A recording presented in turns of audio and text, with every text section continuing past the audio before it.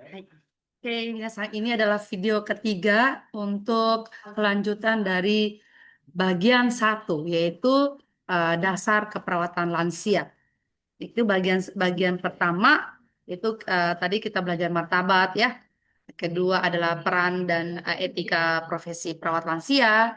Terus yang ketiga ini ya, yang bagian video ini adalah kita mempelajari mengenai eh, menjamin keselamatan dan manajemen risiko dalam perawatan lansia.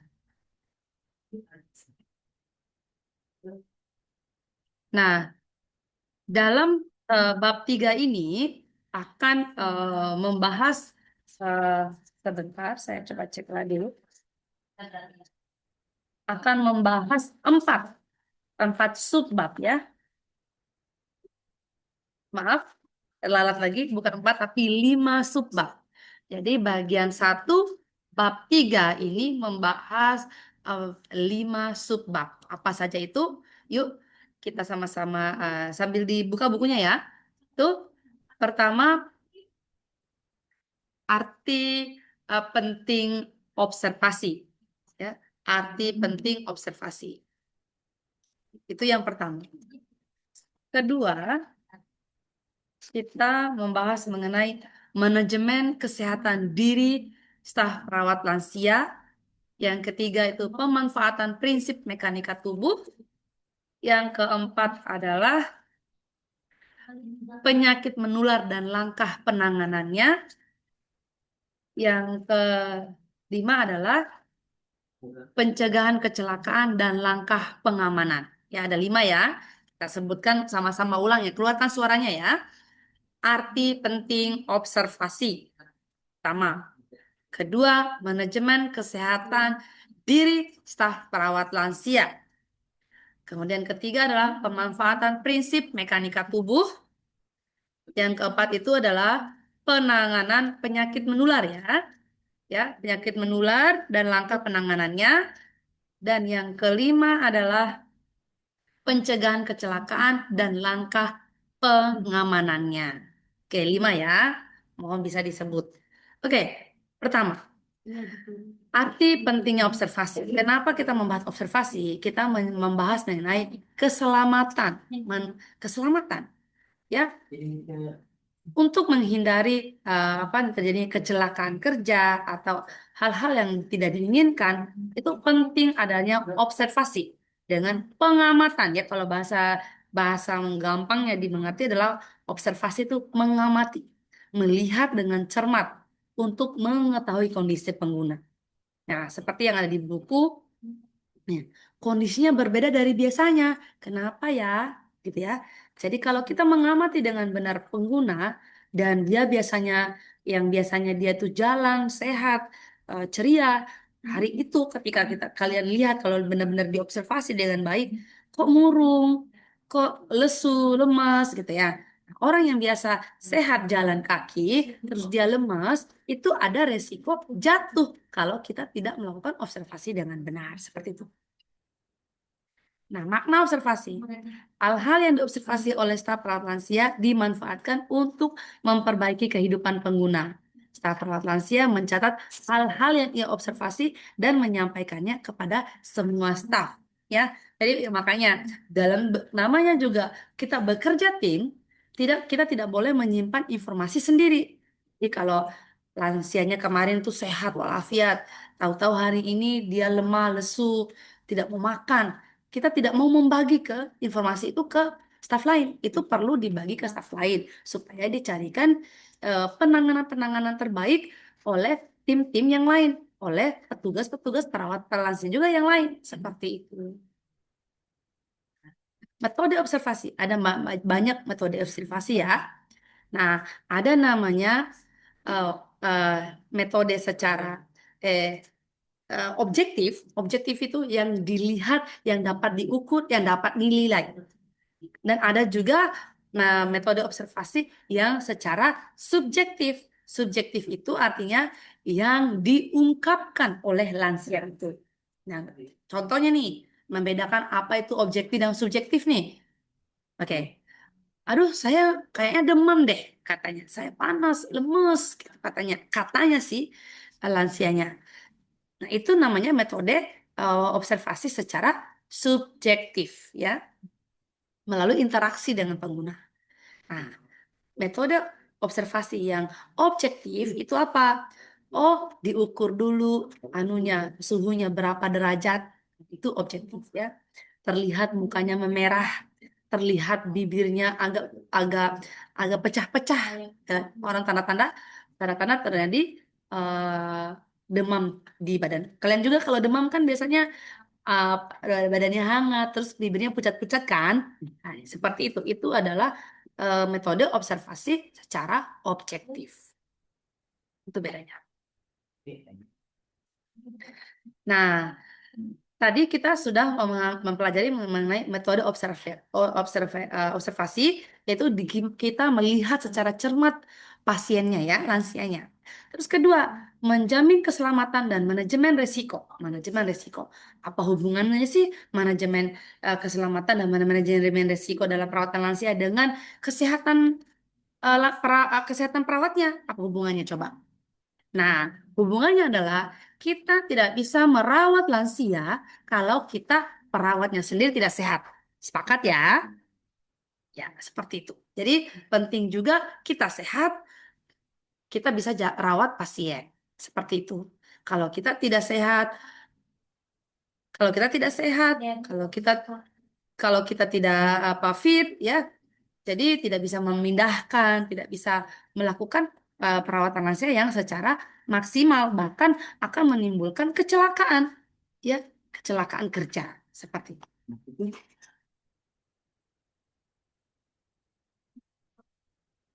Nah, hal-hal yang perlu dijaga untuk menjaga kesehatan seorang perawat lansia. Oke, yang pertama adalah dengan pencegahan sakit pinggang. Kenapa? Karena kita ngerawat orang, ngangkat-ngangkat badan orang,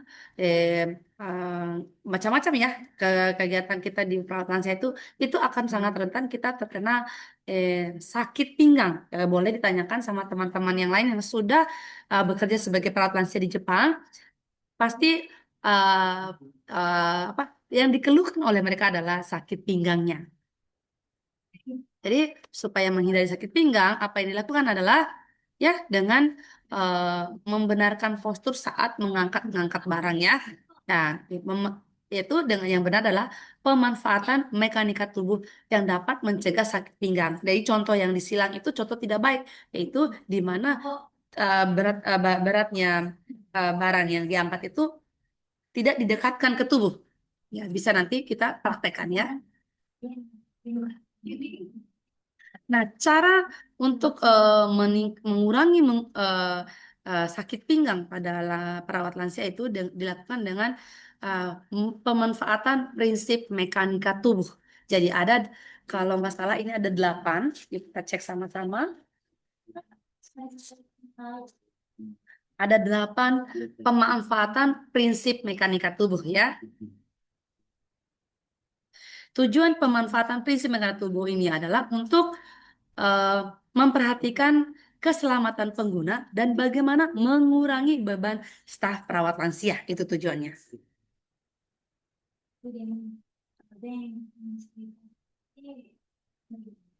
Jadi dengan kita memanfaatkan prinsip mekanika tubuh, jadi perawat lansia dapat melakukan perawatan lansia secara aman dengan tenaga yang sedikit, gitu ya. Apa aja itu, ada 8 ya. Pertama, memperbesar landasan penopang, ya. Memperbesar landasan penopang. Jadi biasa kalau mau pencak silat itu dia tuh kuda-kuda namanya, ya. Kuda, dia tuh memperbesar landasan penopang. Hai, ketika kita mau jatuh, dengan kita kuda-kudanya mantap, itu kita bisa nahan tubuh kita nggak jatuh. Bayangkan kalau kita sendiri jatuh, jelas orang yang kita mau bantu ngangkat pasti juga terjatuh juga. Seperti itu. Baik. Dengan eh, memperlebar landasan penopang akan menjadikan posisi kita itu lebih stabil seperti itu.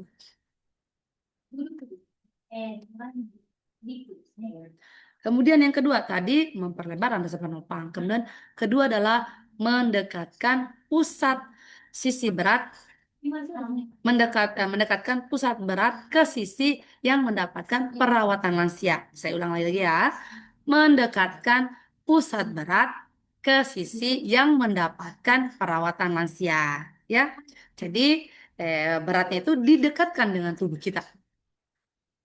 Didekatkan dengan tubuh kita. Kita nanti coba praktekkan aja kalau ada barang yang sangat berat, terus kita agak jauh dari tubuh kita, ngangkatnya bagaimana? Itu sangat mungkin aja, tapi sangat menguras tenaga seperti itu. Bahkan juga tidak mungkin untuk diangkat jika terlalu berat. Kemudian ketiga, menggunakan grup otot yang lebih besar, seperti menggunakan menggunakan otot-otot yang lebih besar ya. Jadi seperti ini ya. Jadi kalau ngambil barang yang di bawah itu bukan yang bungkuk, tapi kita kuda-kuda ya, sejajar, nggak memutir gitu ya. Seperti itu bisa sambil dengan melihat gambar mungkin sedikit mengerti dari arti kata-kata saya.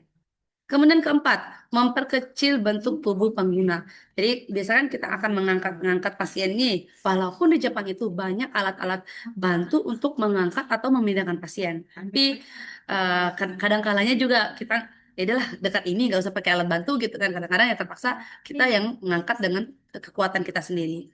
Nah caranya yaitu untuk menghindari resiko terbentur, jatuh dan atau lebih mudah untuk diangkat itu dengan cara memperkecil bentuk ya. Kemudian kelima, mengupayakan untuk pengguna mendekati Anda ketimbang mendorongnya. Jadi kita tarik itu tubuhnya itu bagian tangan kita bagian di bawah pengguna. Nanti kita praktek juga ya. Pengguna itu jadi gesekan tubuh dengan tempat tidur itu dilindungi oleh tangan kita.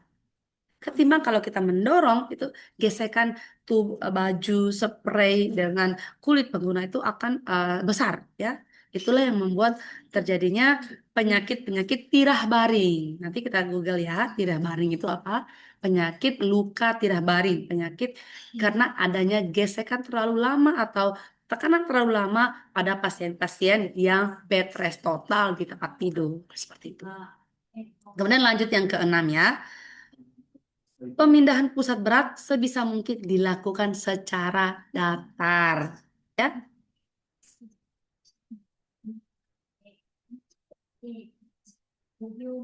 Kemudian yang ketujuh, mengarahkan kaki ke arah berpindah tanpa memutir tubuh. Nah, jika kalau salah ya memutir tubuh itu bisa terjadi sakit pinggang juga. Jadi langkah-langkah lebih baiknya kita mengarahkan kaki ke arah berpindah gitu ya. Jadi beban pada pinggang akan bertambah jika Anda memutir tubuh seperti itu. Dan yang terakhir adalah menggunakan prinsip tuas ya. Contoh di sini saya perbesar dulu. Nih, di sini kita mau ngangkat pasien. Kita di sini udah kuda-kuda nih di bawah nih kaki kita udah kuda-kuda. Terus kita kasih tenaga di siku kita pas mau ngangkat itu akan menjadi lebih mudah terangkat. Jadi buatlah titik tumpu, buatlah titik tumpu untuk mengubah tenaga kecil menjadi tenaga lebih besar. Seperti itu. Prinsip tuas ya. Kita nggak mungkin bisa mengangkat batu besar, tapi dengan prinsip tuas kita menggunakan tongkat dengan prinsip tuas itu bisa terangkat. Ya, bisa diimajinasi ya. Baik. Itu adalah cara-cara mekanisme tubuh menghindari sakit pinggang. Ada 8 ya, jangan lupa.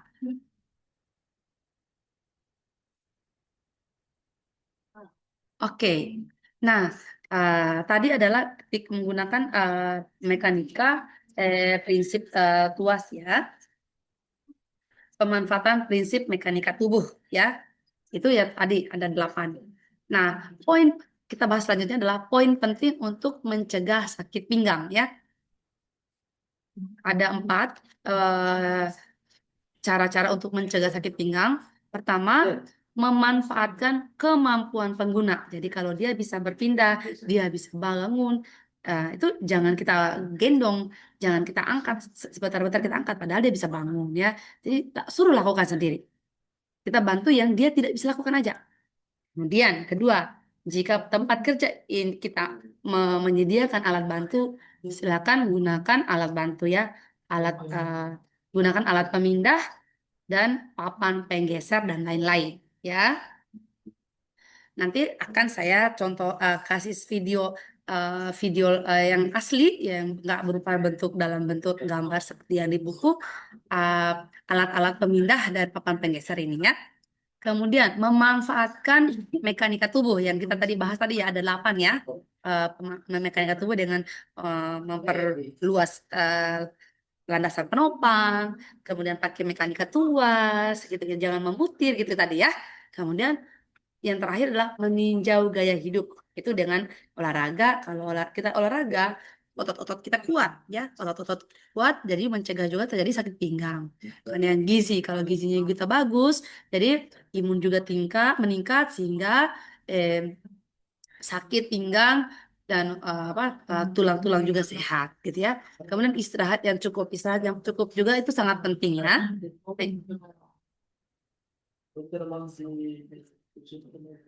Baik. Kemudian kita masuk ke tadi kan udah manajemen untuk kesehatan tubuh ya. Sekarang kita masuk ke manajemen kesehatan mental ya.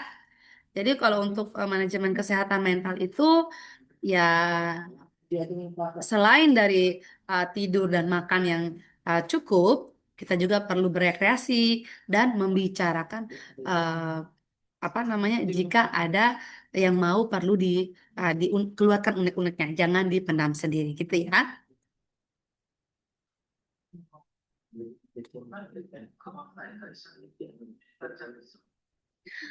Oke, yang selanjutnya kita akan bahas. Maaf, mungkin ini agak sedikit apa namanya cepat-cepat.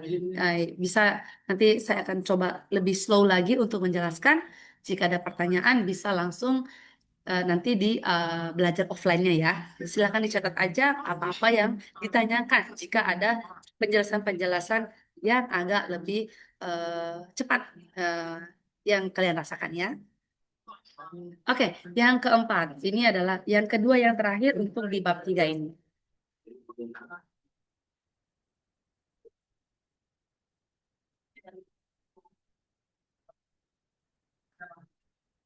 Baik. Nah, kita belajar mengenai yang keempat adalah penyakit menular dan langkah penanganannya. Ini akan sedikit menguras perhatian dan sedikit harus banyak menghafal di sini ya. Itu akan saya tekankan. Ya. Hmm. Apa sih itu penyakit menular? Ya, menular, berpindah-pindah artinya ya.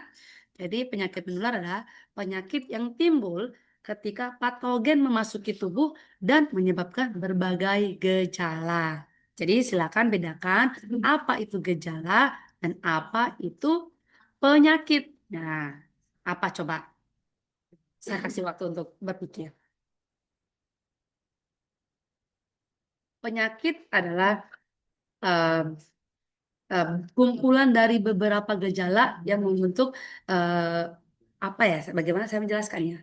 Penyakit itu suatu diagnosa ya, diagnosa penyakit, nama suatu penyakit. Nah, penyakit ini memiliki beberapa gejala. Ada beberapa penyakit yang memiliki gejala yang sama. Ada juga penyakit yang memiliki gejala yang khas. Seperti itu ya. Jadi kayak gini, contoh ya. Orang flu, kemudian atau ada flu ya, kemudian ada lagi orang yang infeksi paru-paru, beda kan, flu infeksi paru-paru. Apa yang dirasakan ini bisa saja sama-sama orang ini flu, dia hidungnya tersumbat, kemudian dia demam, ya, yang infeksi paru-paru juga dia demam, sama, sama-sama demam. Apakah gejalanya demamnya sama, terus penyakitnya sama? Kan tidak. Itulah membedakan penyakit dengan gejala.